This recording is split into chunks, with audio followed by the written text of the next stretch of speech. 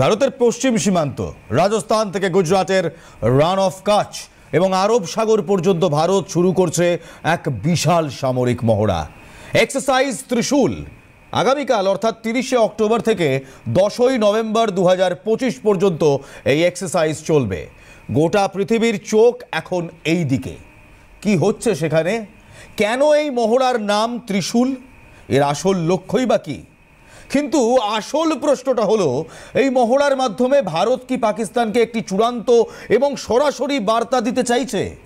হ্যাঁ, নিশ্চিতভাবে। কারণ ভারতের প্রতিরক্ষা মন্ত্রী রাজনাথ সিং কচ্ছের ভুজে দাঁড়িয়ে, অর্থাৎ রান অফ কাচের ভুজে দাঁড়িয়ে সরাসরি হুঁশিয়ারি দিয়েছেন, পাকিস্তান যদি সর ক্রিক কিংবা বানগঙ্গার সেক্টরে কোনো দুঃসাহস দেখায় তাহলে তার জবাব এমন হবে যে ইতিহাস এবং ভূগোল দুটোই বদলে যাবে। পাকিস্তানের মনে রাখা উচিত, করাচি যাওয়ার রাস্তা সর ক্রিকের মধ্যে দিয়েই যায়। শুনুন রাজনাথ সিং এর বক্তব্য।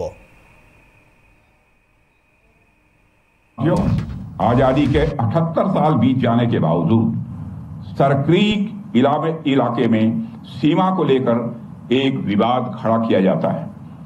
भारत ने कई बार बातचीत के रास्ते इसका समाधान करने का प्रयास किया है, मगर पाकिस्तान की नीयत में खोट है।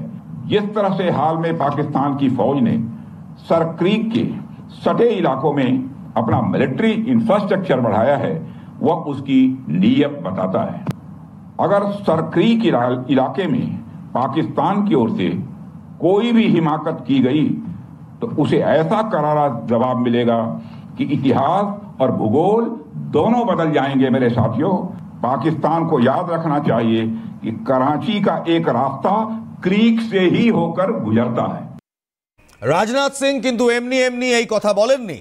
2025 সালের অক্টোবর মাসে পাওয়া স্যাটেলাইট তথ্য ভয়ঙ্কর এক নতুন সত্যকে সামনে এনেছে। বানগঙ্গা বা সর ক্রিক নামে এখন যা পরিচিত, তার চারধারে গুটি সাজাচ্ছে পাকিস্তান। গুজরাট সীমান্তের কাছে পাক সেনার নতুন পোস্ট হয়েছে এবং লেডিজ এন্ড জেন্টলম্যান, আজ দ্য বিগ স্টোরিতে সেই স্যাটেলাইট ছবিতে স্পষ্ট সর ক্রিকে পাক আগ্রাসনের তথ্য মিলেছে। সেটাই আজ আমরা দেখাবো। গুজরাতের কাছে কত সেনা মোতায়েন করেছে পাকিস্তান, রান কিংবা বানগঙ্গায় কোথায় কত পাক সেনা আউটপোস্ট রয়েছে। ত্রিশূল শুরুর ঠিক আগে পাকিস্তানের গোপন তথ্য একেবারে ফাঁস। ভারতীয় গোয়েন্দা রিপোর্টে ধরা পড়েছে, পাকিস্তান সর ক্রিক বা বানগঙ্গার কাছে সামরিক অবকাঠামো মারাত্মকভাবে বাড়িয়েছে। তাদের উদ্দেশ্য, মাটিতে তথ্য পরিবর্তন করো, অর্থাৎ alter the facts on the ground. Pakistan তৈরি করেছে স্পেশাল ক্রিক ব্যাটালিয়ন। পাকিস্তানের সিন্ধ রেজিমেন্টের 6টা বিশেষ ক্রিক ব্যাটালিয়ন কিংবা স্পেশাল ব্যাটালিয়ন, ক্রিক ব্যাটালিয়ন এখন এই এলাকায় সক্রিয়। এক এক করে সবকটাই দেখব।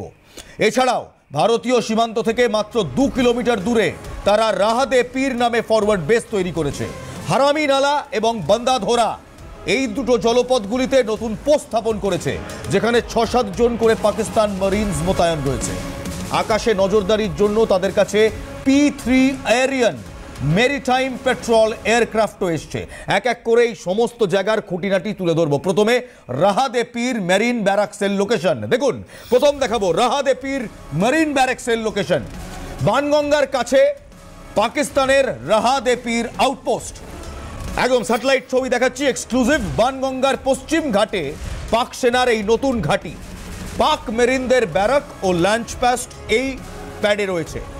পাক মেরিনের 64 জন সেনা মোতায়েন করা রয়েছে এবং এই আউটপোস্টের থ্রেট লেভেল অত্যন্ত হাই। রাহাদে পীর আউটপোস্ট, এই আউটপোস্ট বেসিক্যালি মেরিন সেনাদের ব্যারাক এবং লঞ্চ পোস্ট। এখান থেকেই তারা অফেন্সিভ অ্যাটাক লঞ্চ করে। এটা বানগঙ্গা কিংবা সর ক্রিক থেকে খুবই কাছে। Next side please. হারামি নালা বোট পোস্ট। বানগঙ্গার কাছে পাকিস্তানের আরেক নতুন বোট পোস্টের নাম হারামি নালা। হারামি নালা বোট পোস্ট বানগঙ্গার ঠিক পূর্ব দিকে একটা সরু নালা। অনুপ্রবেশের জন্য বারবার পাকিস্তান এই জায়গাকে ব্যবহার করে এসছে। 6 থেকে 8 জন পাকিস্তান মেরিন সেনা এখানে 24 ঘন্টা মোতায়েন রয়েছে। এই পোস্টের দায়িত্বে রয়েছে পাক সেনার ক্রিক ব্যাটালিয়ন। এই পোস্টে রয়েছে গ্রিফন 2400 টিডি হুভারক্রাফট। এই হুভারক্রাফটের বিশেষত্বও দেখাবো আজ। এই আউটপোস্টেই রয়েছে গ্রিফন 2400 টিডি হুভারক্রাফট। রেডিও পোস্ট রয়েছে, উন্নত যোগাযোগ ব্যবস্থা রয়েছে, নাইট ভিশন, থার্মাল ইমেজিং এবং যন্ত্র মোতায়েন রয়েছে। থ্রেট লেভেল অত্যন্ত high. Let's get back to the visuals. এবার দেখাবো আপনাদের বান্ধধরা বোট পোস্ট। এটা পাকিস্তানের সিন্ধে অবস্থিত বান্ধধরা বোট পোস্ট। এই বান্ধধরা বোট পোস্টও কিন্তু নতুন আউটপোস্ট। পাকিস্তানের নতুন পোস্ট বান্ধধরা বোট পোস্ট বানগঙ্গার ঠিক কাছে। বানগঙ্গার দক্ষিণে আরব সাগরের কাছে এই পোস্টটি অবস্থিত। রাহাডে পীর আউটপোস্ট, একটু আগে যে পোস্টের কথা বললাম রাহাডে পীর আউটপোস্ট, যেটা মেরিন ব্যারাক, সেই রাহাডে পীর আউটপোস্টের মুখ্য দ্বার এই বানগঙ্গার কাছে বাগডোগরার এই আউটপোস্ট। বানগঙ্গা থেকে করাচি বন্দরের রাস্তার চেক পয়েন্ট। এখানে 6 থেকে 8 জন পাকিস্তান মেরিন 24 ঘন্টা মোতায়েন থাকে। এই পোস্টের দায়িত্বেও রয়েছে পাক সেনার স্পেশালাইজড ক্রিক ব্যাটালিয়ন। এদের কাছে রয়েছে স্পিড বোট, ছোট অস্ত্র, গ্রিফন 2400 টিডি হুভারক্রাফট, রেডিও পোস্ট রয়েছে, উন্নত যোগাযোগ ব্যবস্থা রয়েছে, নাইট ভিশন থার্মাল ইমেজিং যন্ত্র রয়েছে। থ্রেট লেভেল অত্যন্ত হাই। এই সেই হুভারক্রাফট গ্রিফন 2400 টিডি হুভারক্রাফট, ব্রিটিশ হুভারক্রাফট, যেটা এই সার ক্রিক কিংবা বানগঙ্গা এলাকায় অপারেশনের জন্য একেবারে উপযুক্ত একটি ভেহিকল। পাকিস্তান তৈরি করেছে স্পেশাল কিছু ক্রিক ব্যাটালিয়নসও। এতক্ষণ আপনাদের 3টে আউটপোস্টের কথা বললাম, নতুন নতুন আউটপোস্ট। এবার দেখুন পাকিস্তান স্পেশালাইজড ক্রিক ব্যাটালিয়ন তৈরি করেছে, যাতে সার ক্রিক এবং বানগঙ্গায় তারা অফেন্সিভ অ্যাটাক করতে পারে। সেই কারণে এই ব্যাটালিয়নগুলো তৈরি করা হয়েছে। পাকিস্তানের যে সিন্ধ রেজিমেন্ট, সেই সিন্ধ রেজিমেন্টের 6টা স্পেশাল ক্রিক ব্যাটালিয়ন এখন এই এলাকায় সক্রিয়। কোথায় কোথায় তাদের ব্যাটালিয়নের হেডকোয়ার্টার, সেই এক্সক্লুসিভ ছবি এবং তথ্য আজ বিগ স্টোরিতে। এক এক করে শুরু করি। প্রথম তাদের battalion headquarter, 31st creek battalion headquarter Sujawal, Pakistan. Pak সেনার 31 নম্বর স্পেশাল ক্রিক ব্যাটালিয়নের হেডকোয়ার্টার সুজাওয়ালে। পাকিস্তানের সুজাওয়াল শহরে এরা অবস্থিত। বানগঙ্গা থেকে মাত্র 90 কিলোমিটার দূরে এই হেডকোয়ার্টার রয়েছে। বানগঙ্গা অপারেশনের সেন্ট্রাল কমান্ড এই হেডকোয়ার্টার। এখান থেকেই স্যার ক্রিকের সব সামরিক সিদ্ধান্ত নেওয়া হয়। পাক সেনার অপারেশন, মেরিন ও গোয়েন্দা বিভাগ এই ব্যাটালিয়ন হেডকোয়ার্টারে মোতায়েন রয়েছে। পরের battalion 32nd creek battalion headquarter, Gharo, Pakistan. Pak সেনার 32 number creek battalion special forces, এদের হেডকোয়ার্টার পাকিস্তানের সিন্ধের ঘেরো শহরে অবস্থিত। বানগঙ্গা থেকে মাত্র 70 কিলোমিটার দূরে। সার ক্রিকের পেট্রোল, নজরদারি ও মেরিন অপারেশনের দায়িত্বে রয়েছে এই battalion. 32nd creek battalion headquarter, Gharo. 3 number battalion 33rd creek battalion headquarter, বিন, পাকিস্তান। পাক সেনার 33 নম্বর ক্রিক ব্যাটালিয়ন হেডকোয়ার্টার পাকিস্তানের বাদিন শহরে পূর্ব দিকে এটি অবস্থিত। বানগঙ্গা থেকে মাত্র 22 কিলোমিটার দূরে এই ব্যাটালিয়ন এবং 34 নম্বর ব্যাটালিয়ন, যা একটু পরেই দেখাবো, সবচেয়ে কাছাকাছি বানগঙ্গার কিংবা সার ক্রিকের। মাত্র 22 কিলোমিটার দূরে এই নতুন ব্যাটালিয়নের হেডকোয়ার্টার রয়েছে। সার ক্রিক বানগঙ্গার কাছে একটি ফরওয়ার্ড হেডকোয়ার্টার, অর্থাৎ একেবারে বানগঙ্গার সীমানার কাছাকাছি তৈরি করা ফরওয়ার্ড এরিয়া হেডকোয়ার্টার।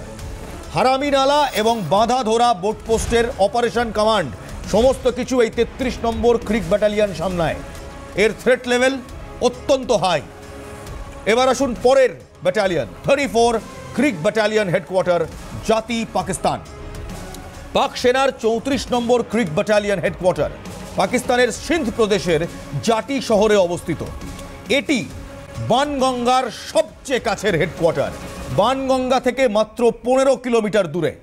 সার ক্রিক কিংবা বানগঙ্গার কাছে সবচেয়ে forward headquarter number 34 creek battalion headquarter. Harami Nala, বাঁধধরা বোটপোস্ট, তাদের সমস্ত অপারেশন ওভারসি, রিকনেসেন্স এবং রিইনফোর্সমেন্ট দেয় এই হেডকোয়ার্টার। সার ক্রিকের দক্ষিণ কমান্ড কিংবা সাদার্ন কমান্ড বলা হয় এই হেডকোয়ার্টারকে। এর threat level very high, very very high. এবার আসুন 35 creek battalion.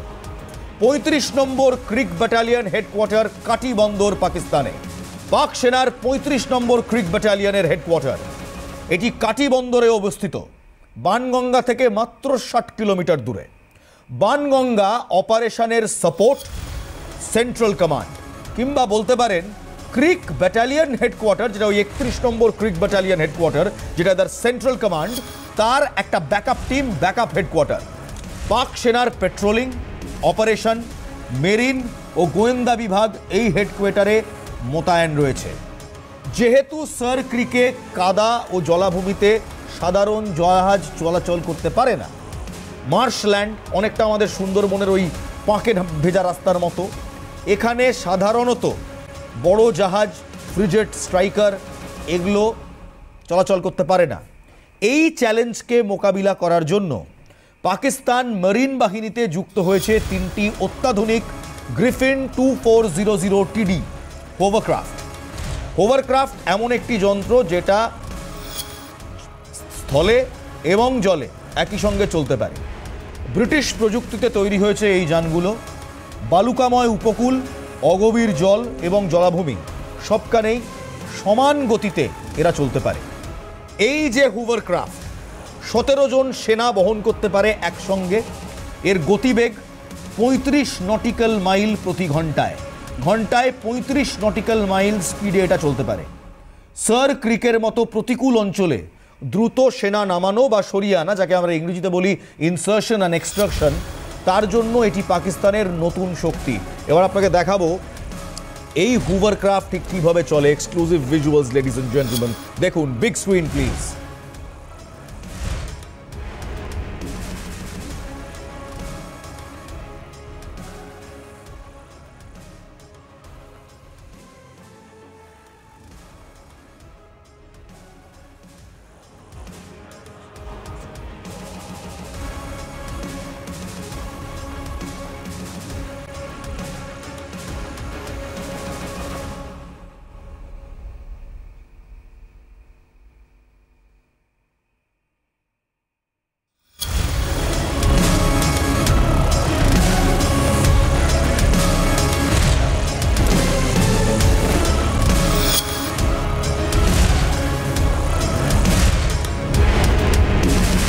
Ladies and gentleman, এই হলো সেই গ্রিফিন 2400 টিডি হোভারক্রাফট, যেগুলো পাকিস্তান মেরিনরা এই মুহূর্তে বানগঙ্গা কিংবা সার ক্রিকের আশেপাশে মোতায়েন করছে।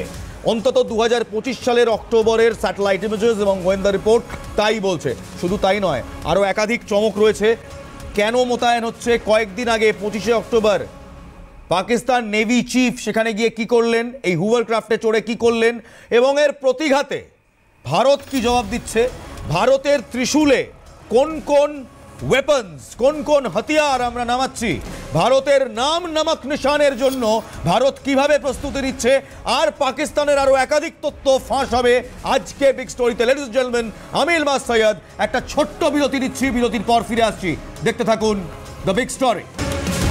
রাহাদে পীরে ব্যারিন ব্যারাক আউটপোস্ট, হারামি নালায় বোট পোস্ট, বান্দাধোরায় বোট পোস্ট, বানগঙ্গায় এই 3টে হাই লেভেল থ্রেট পাকিস্তান চুপি চুপিভাবে করছিল, কিন্তু বিশ্বাস করুন ভারতীয় গোয়েন্দাদের নজর এড়াতে পারেনি।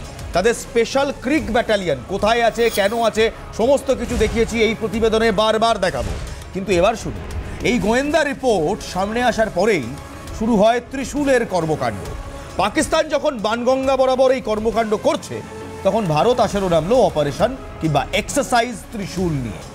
ত্রিশূল, যার অভ্যন্তরীণ সাংকেতিক নাম মহাগুজরাজ, এটি কেবল একটি সাধারণ সামরিক মহড়া নয়, এটি সাম্প্রতিক বছরগুলিতে ভারতের পশ্চিম সীমান্তে পরিচালিত সবচেয়ে বড় সামরিক অভিযানগুলির মধ্যে অন্যতম। এবং এই মহড়া শুরু হবে আগামীকাল, অর্থাৎ আজ রাত 12টা থেকে 30শে অক্টোবর থেকে 10ই নভেম্বর পর্যন্ত চলবে এক্সারসাইজ ত্রিশূল। এবং এটা কোথায় চলবে জানেন? ঠিক এই বানগঙ্গা অঞ্চলের আশেপাশেই। এই মহড়ার মূল উদ্দেশ্য স্থল, নৌ এবং বিমান বাহিনীর মধ্যে ত্রিমাত্রিক সমন্বয় পরীক্ষা করা। ভারতের দক্ষিণাঞ্চলীয় কমান্ড কিংবা সাদার্ন কমান্ড এই মহড়ার নেতৃত্ব দিচ্ছে। ত্রিশূল কেন এত ভয়ঙ্কর? কারণ এতে কেবল সৈনিকের ভিড় নেই, এতে প্রদর্শিত হচ্ছে কারা জানেন? শুনুন তাহলে। ভারতের সবচেয়ে আধুনিক অস্ত্র ভান্ডার থাকছে এক্সারসাইজ ত্রিশূলে। ভাবুন তো, আকাশে উড়বে রাফাল এবং সুখোয় 30 মার্ক 1 যুদ্ধ বিমান, নির্ভুলভাবে রাফায়েল এবং সুখোয় 30 স্ট্রাইক হানতে সক্ষম। তাদের পাল্লা বাড়াবার জন্য আকাশে থাকবে IL-78 রিফিউলার, যারা মাঝ আকাশে এই যুদ্ধ জাহাজগুলোকে তেল দেবে, অর্থাৎ ফিউয়েল সরবরাহ করবে মাঝ আকাশে, ল্যান্ডিং না করে। আর জমিতে স্থলে কারা থাকবে? আসুন তাহলে। স্থলে থাকবে ভারতের সামরিক শক্তির স্তম্ভ T-90S ট্যাঙ্কস এবং অর্জুন ওয়ার ট্যাঙ্কস, কিংবা যেটাকে আমরা প্রধান যুদ্ধ ট্যাঙ্ক বলি। T-90S ট্যাঙ্কস এই সেই দানব, এবং অর্জুন ট্যাঙ্ক কাল থেকে শুরু হচ্ছে মহড়া, অপারেশন মাফ করবেন এক্সারসাইজ ত্রিশূল, যেটা শুরু হবে একেবারে এই বানগঙ্গার কাছ ধরে। আর এর সঙ্গে থাকবে অত্যাধুনিক হাউটজার কামান কিংবা হাউটজার গানস, যা নির্ভুলভাবে ক্ষেপণাস্ত্র ব্যবস্থা একেবারে নিক্ষেপ করতে পারে। এই মহড়া ভৌগোলিক ব্যাপ্তিটা একবার দেখবেন। দেখুন তাহলে, রাজস্থানের থর মরুভূমি থেকে গুজরাটের রান অফ কাচ, সার ক্রিকের জলাভূমি হয়ে একেবারে আরব সাগর পর্যন্ত এই মহড়া চলবে। আকাশপথেও নিয়ন্ত্রণ জারি করা হয়েছে। রাজস্থান ও গুজরাটের ওপর 28,000 ফুট উচ্চতা পর্যন্ত বিমান চলাচলে নিষেধাজ্ঞা কিংবা নো টাইম জারি করা হয়েছে। ভারত সরকার এই নো টাইম জারি করেছে। স্পষ্ট হয়ে যাচ্ছে আকাশপথে কতটা বৃহৎ অপারেশন চলবে কাল থেকে। কেবল অস্ত্র নয়, মানব সম্পদের কথা বলি এবার আসুন। এই মহড়া বিশাল। স্থল, জল এবং আকাশ, এই 3 ডোমেন মিলিয়ে প্রায় 20 থেকে 30,000 সৈন্য এবং সেনাকর্মী অংশ নিচ্ছেন মহড়ায়। আর সমুদ্রে আসুন, গুজরাট উপকূল এবং সৌরাষ্ট্র উপকূলের কাছে মোতায়েন করা হচ্ছে ভারতীয় নৌবাহিনীর ফ্রিগেট, ডেস্ট্রয়ার এবং অ্যাম্ফিবিয়াস জাহাজগুলি। অ্যাম্ফিবিয়াস মানে উপকূলেও চলতে পারে, জলেও চলতে পারে। একমাত্র টি গ্রিফিন 2400 নিয়ে পাকিস্তান কিচ্ছু করতে পারবে না। ভারতীয় নৌবাহিনীর ফ্রিগেট, ডেস্ট্রয়ার এবং অ্যাম্ফিবিয়াস জাহাজ, তারা থাকছে সৌরাষ্ট্র এবং গুজরাট কোস্টে। তারা উপকূলীয় অবকাঠামো রক্ষা এবং উভচর অবচরের মহড়া চালাবে আগামীকাল থেকে। ভারতের এই মহড়া ঘোষণার পরেই পাকিস্তানে শুরু হয়েছে চরম অস্থিরতা। একাধিক সূত্র ও প্রতিরক্ষা কর্মকর্তারা বলছেন পাকিস্তানের সামরিক বাহিনী এখন আতঙ্কিত, প্যানিকের স্টেটে রয়েছে। কেন? কারণ অপারেশন সিঁদুরের পর তাদের দুর্বলতা স্পষ্ট হয়ে গেছে। পরিস্থিতি সামলাতে পাকিস্তান তাৎক্ষণিকভাবে 3টি পদক্ষেপ নিয়েছে। অর্থাৎ এক তো হচ্ছে পাকিস্তান এতদিন ধরে চুপি চুপি এই গুটিগুলো সাজাচ্ছিল, এই হারামি নালা, রাহাদে পীর, বন্ধাধোরা, ক্রিক ব্যাটালিয়নের হেডকোয়ার্টার, এগুলো সব সাজাচ্ছিল। ভাবছিল ভারত কিছু জানতে পারে। ভারত সব দেখেছে। স্বরাষ্ট্রমন্ত্রী রান অফ কাছে দাঁড়িয়ে বলেছেন, যদি পাকিস্তান বাড়াবাড়ি করে আমরাও জবাব দেব। তারপর শুরু করছি আগামীকাল থেকে আমরা, অর্থাৎ ভারতীয়রা, এক্সারসাইজ ত্রিশূল। ত্রিশূলে Arjun, howitzer, TS-90 tanks, Rafale, Sukhoi সব নামিয়ে দিচ্ছি। এই অপারেশন কিংবা এক্সারসাইজ ত্রিশূল হচ্ছে কোথায়? হচ্ছে একেবারে এই বানগঙ্গা কিংবা সার ক্রিক এরিয়াতে। পাকিস্তান না পাগল হয়ে গেছে, নড়ে চড়ে উঠেছে। কি 3টে পদক্ষেপ নিয়েছে? প্রথম, পাকিস্তান তাদের বিমানপথ বন্ধ করেছে। ভারতের মহড়া শুরুর আগে 28 এবং 29 তারিখ, অর্থাৎ গতকাল এবং আজকে, প্রতিদিন 3 ঘন্টার জন্য তাদের মধ্য ও দক্ষিণ অঞ্চলের বিমানপথ বন্ধ করে দিয়েছে। এমনকি বাণিজ্যিক বিমানগুলিও রুট বদলাতে বাধ্য হয়েছে। 2, নৌসেনা প্রধান 25শে অক্টোবর মহড়া শুরুর ঠিক কয়েকদিন আগে পাকিস্তানের নৌবাহিনীর প্রধান অ্যাডমিরাল নাভেদ আশরাফ সার ক্রিকের ফরওয়ার্ড পোস্টগুলিতে গিয়েছেন। এটা আমাদের এক্সক্লুসিভ ভিজুয়ালস। এই হচ্ছে পাকিস্তান নৌসেনার প্রধান, সে গিয়ে এই সমস্ত কিছু খতিয়ে দেখে এসছে। সেখানে একটি উচ্চ পর্যায় কিংবা হাই লেভেল সিকিউরিটি সফরে গিয়েছেন। সেই সফরে ভারতের বিরুদ্ধে উদ্দেশ্যমূলক উস্কানি দিয়েছেন এমনটাই খবর। শুধু তাই নয়, উগ্র বাগ্মিতা আশরাফ করেছেন। সেখানে গিয়ে বলেছেন, সার ক্রিক থেকে জিওয়ানি পর্যন্ত আমাদের সমুদ্র সীমান্তর প্রতি ইঞ্চি রক্ষা করতে হবে। কিভাবে রক্ষা করবে? যদি আকাশে ওড়ে রাফায়েল আর মিগ এবং সুখয় MK-30, এবং যদি আমাদের গ্রাউন্ডে চলে T-90 এবং অর্জুন ট্যাঙ্ক এবং হাউটজাররা যদি বাস থেকে সাহায্য করে এবং ফ্রিগেট ডেস্ট্রয়াররা যদি সৌরাষ্ট্র হয়ে ঢোকে, যাবে এটা কোথায় বাবা? অ্যাকচুয়ালি পাকিস্তানের পালাবার পথ নেই। কাল থেকে শুরু হবে বানগঙ্গায় ভারতের এক্সারসাইজ ত্রিশূল। তবে এরপর কি স্যার ক্রিকেট জল আর শান্ত থাকবে?